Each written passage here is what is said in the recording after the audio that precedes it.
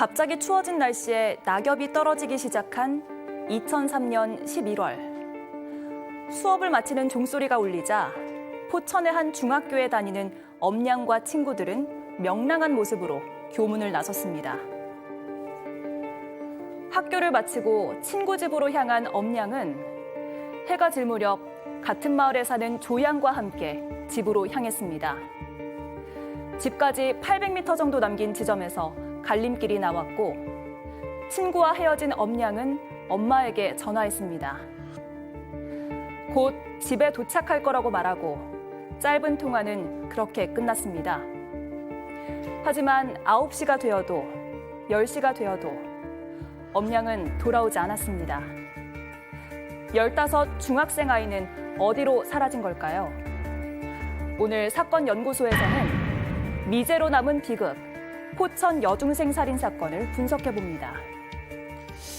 자, 2013년에 여중생이었으면 벌써 이게 20년 전 사건인데, 아유 참 이 진짜 부모님들 심정은 어떨까요? 예. 자, 일단 말씀드렸다시피 미제 사건입니다. 아직까지도 지금 뭐 해결이 안 된 사건인데, 자, 이 기자가 다시 한번 좀 설명을 해주시죠. 2003년 11월 5일 중학생 엄모양이 친구 집에 방문을 했다가 집으로 귀가하는 과정에서 실종을 했습니다. 이제 엄냥이 친구와 헤어진 지점에서 800m 정도만 더 걸어가면 집이 나오는 건데 바로 집 앞에서 사라진 겁니다. 당시 이 주변이 논밭이었기 때문에 CCTV가 전혀 없었고요.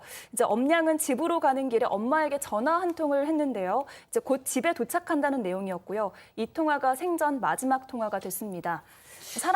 사라지기 직전에 엄냥이 엄마와 통화를 했음에도 경찰은 초반에 이 사건을 가출 사건일 가능성이 높다 이렇게 보고 수사를 진행했습니다. 예, 지금 우리 가족 여러분들이 많이들 이 사건에 대해서 알고 계시네요. 이게 그것이 알고 싶다 거기서도 다룬 적이 있었던 사건인데 들으신 것처럼 집에 거의 다 와가지고 이렇게 됐어요. 부모님은 정말 이러면 제정신을 차리기가 너무 어렵죠. 그래서 말씀하신 것처럼 CCTV도 없고 좀 많이 한적한 곳이었기 때문에 이 지금 사라진 딸아이의 특징, 신체적 특징이라든가 옷차림새 이런 것들을 보시는 것처럼 전단지 15만 장을 만들었고 현수막도 걸 수 있는 곳에 다 걸고 이렇게 했습니다. 그런데 기쁜 소식을 기대했지만 실종한 지 96일 만에 그리고 시신으로 발견이 됐고요. 아직까지도 범인을 못 찾고 있는 거예요. 자, 이게 당시에 말이죠. 제보도 없었고 심지어 그 많은 장난 전화도 없었다는 거예요. 당시에. 자, 그런데 사건 발생 16년이 지나서 뭐가 왔었죠? 네, 제보자 한 씨가 아마도 같은 범인의 차에 내가 탔던 것 같다라는 취지의 진술을 합니다. 엄냥이 실종되기 일주일 전에 흰색 승용차가 다가와서 태워주겠다, 동승을 권유했었다고 하고요. 근데 내려주기로 한 데에서 차가 더 가는 거예요. 예. 그래서 이 제보자 한 씨가 차 문을 열고 그 당시에 뛰어내렸다고 합니다. 그때 이제 이 제보자 한 씨의 얘기는 남자인데 손이 하얗고 투명 매니큐어를 칠한 것 같았다 이런 진술을 했고요. 이 자동차는 엄냥의 중학교 방향 쪽으로 사라졌다고 합니다. 자, 그래가지고 이 제보자를 상대로 최면 수사까지 진행을 했어요. 자, 그러다 보니까 그 희미한 기억을 되살려서 몽타주까지 만들었었다면서요. 예, 그렇습니다. 그 체면 수사를 통해서 지금 이제 그 당시 차량에 탔던 그 운전자의 몽타주 그리고 이제 차량 번호가 완벽한 것은 아니고 일부 앞쪽에 있는 것을 확보를 했는데요. 아, 지금 나오네요. 네. 그래서 이제 이 몽타주를 공개를 하니까 이제 이 사람과 인상 차이가 비슷한 사람을 봤다라고 하는 그런 112 신고 전화가 한 100여 건 정도 접수가 됐습니다.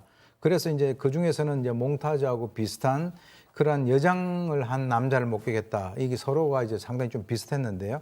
근데 이제 경찰이 수사를 하는 과정에서 해당 남성이 엄양 사건과 연관이 있다라고 하는 결정적 증거를 확보를 하지 못했고, 거기에서 체면 수사에서 나왔던 그 자동차 번호도 추적을 했지만 유사 번호를 갖고 있던 그 인근 주민 같은 경우도 알리바이가 확실해서 더 이상 이제 수사가 진전이 못 됐는데 사실 이 수사를 하는 데 있어서 이 체면 수사는 16년이 지나든 17년이 지나든 그 사람에 있는 것을 정확하게만 이제 끌어올린다라고 한다면 좀 이렇게 효과적인데 이 사건 같은 경우는 체면 수사를 하는 그 결과를 제대로 수사와 연결을 못 시킨 그런 사례입니다.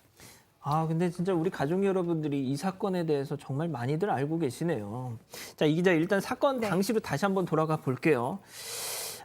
실종 20여일 만에 이 피해 학생의 소지품이 그 인근에서 발견이 됐죠. 네, 학생이 사라졌는데 20일 넘게 아무 소식이 들리지 않으니까 정말 모든 사람들이 다 애만 태우고 있었는데요. 그런데 23일 만에 소지품이 발견이 된 겁니다. 엄양이 이제 집에서 7km 정도 떨어진 곳이었는데요. 가방과 양말, 교복, 넥타이 등이었습니다. 그런데 학원 수강증과 공책에서는 이 엄양의 이름 부분이 찢겨져 있었고요. 그리고 또다시 20여일이 지나서 도로공사 현장 인근에서 또다시 엄양의 소지품이 발견이 됩니다. 쓰레기 더미 위에서 배터리가 분리된 휴대전화와 운동화가 발견된 겁니다. 자, 양 변호사님, 결국 이 피해 학생 실종 3개월 만에 시신으로 발견이 됐었어요. 네, 경찰이 배sul 앞을 지나가다가 발바닥이 보여서 이 발견을 한 겁니다. 정말 우연이었었고요. 옷은 벗겨지는 상태였고 뭐 주변에 다른 것도 없었는데 굉장히 심하게 이제 부패가 돼 있었고요. 부모님이 팔에 흉터 그리고 맹장 자국으로 딸이라는 것을 확인을 할 수가 있었다고 합니다. 성폭행이 있었던 건 아니지만 또 시신이 너무 많이 부패해서 정확한 사인을 알기도 어려웠다고 하는데 굉장히 특징적인 부분이 아마 우리 시청자분들도 이거 기억하실 것 같은데 손톱, 발톱에 빨간 매니큐어가 조잡하게 칠해져 있었는데 평소에 매니큐어를 칠하지 않았던 엄양이었거든요. 예. 바로 그 매니큐어 사건으로도 지금 이 미제 사건이 불리고 있는데 방금 보신 그 배수로에서 이 학생의 시신이 발견되고 나니까 당시 별의별 얘기가 있었습니다. 살인의 추억, 영화 살인의 추억에서 이 범인이 어떤 힌트를 얻고 그런 거 아니냐라는 것도 있었고 지금이야 뭐 이춘재가 잡혔으니까 확인이 됐으니까 그러지만 화성 연쇄 살인 사건 그 진범이 또 뭐 다시 시작한 거 아니냐 별의별 얘기가 다 있었는데 자 교수님 그래도 이 사건에서 가장 눈길이 갔던 건 방금 양 변호사님이 말씀하신 그 매니큐어였잖아요. 그렇습니다. 사실 이 사건에 있어서 가장 핵심이 그 피해자 손톱에 있는 매니큐어라고 하는 그 점인데요. 이제 문제는 이게 이제 두 가지로 볼 수 있어요. 이제 부검이라든가 뭐 시신에 대해서 어떤 그 검시를 통해 가지고 피해자 손톱에서 발견된 매니큐어가 이 피해자가 살아있을 때 바른 것이 아니라 죽고 난 이후에 발랐다라고 하는 사실입니다. 그러니까 상당히 섬찟하기 이를 데 없죠. 그리고 이제 그 매니큐어를 바른 것이 실제로 통상 매니큐어를 많이 바른 사람이 아니라 아주 조잡하게 발랐다라고 하는 것은 사람을 살해해 놓고 난 뒤에 그 시신의 손톱에다가 매니큐어를 발랐다. 그리고 약간 또 좀 잘라져 있었어요. 근데 이제 이런 것들을 보게 되면 통상 이제 남성들 중에서 여성의 매니큐어에 집착을 한다든가 하는 그런 것들이 이제 특성이 있는데 우리가 통상 이걸 갖다 물품음란증, 즉 페티시즘이라고 부르는 그런 성향을 가진 사람들이 이러한 것을 이제 하는데 이번 같은 경우는 여중생을 살해하고 난 이후에 그 시신에 매니큐어를 바르고 손톱을 잘랐다라고 하는 이 점에서 상당한 충격을 주고 있습니다. 백 변호사님 그러면 말이죠. 그 매니큐어 제조사 뭐 성분 분석을 해서 뭐 이렇게 좀 탐문 수사를 했으면 뭔가 단서를 잡을 수 있었지 않았을까요? 그러니까 사실 지금 이 상황에서 단서가 될 만한 건 지금 말씀하셨던 매니큐어하고 아까 그 29인치 TV 포장 상자에 이게 시신이 가려져 있다고 했죠. 이 TV를 산 사람이 혹시 범인일 수 있으니까 이 두 개가 이제 그다음 단서가 됐는데 일단 매니큐어 제조회사로부터 성분을 넘겨받아서 경찰 수사를 했고 당시에 빨간 매니큐어를 사갔다는 30대 남성이 있다는 진술을 확보해서 이제 수사를 했습니다.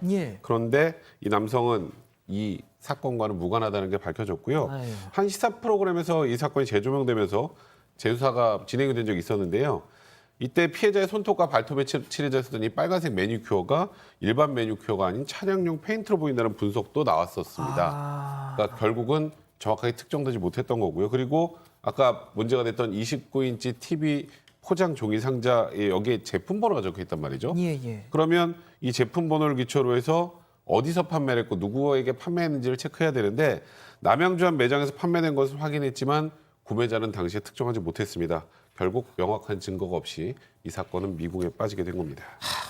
참 2003년도 경기도 포천 당시 막 정말 외곽 지역인데 그때만 해도 뭐 포천 그 주변 보니까 허허벌판이었어요. 요즘 같으면 막 곳곳에 CCTV에 뭐 별의별 게 다 있었을 텐데. 자, 교수님 어떻게든 이놈 지금 살았는지 죽었는지 이미 교도소에 가 있는지는 모르겠습니다만 무조건 잡아야 될 거 아닙니까? 그렇습니다. 지금 이제 살인 사건에 대한 공소시효가 지금 이제 폐지가 된 상태이기 때문에 미제 사건 전담반이 지금 가동을 하고 있다라고 지금 이제 알고 있고요. 실제로 이제 사실 그 매니큐어가 공업용 어떤 그 도색과 연관돼 있다라고 하는 그런 것들을 지금 나온다라고 하는 걸 보면 이 성분 분석이 제대로 이루어지지 않은 것은 상당히 좀 아쉽다라고 봅니다.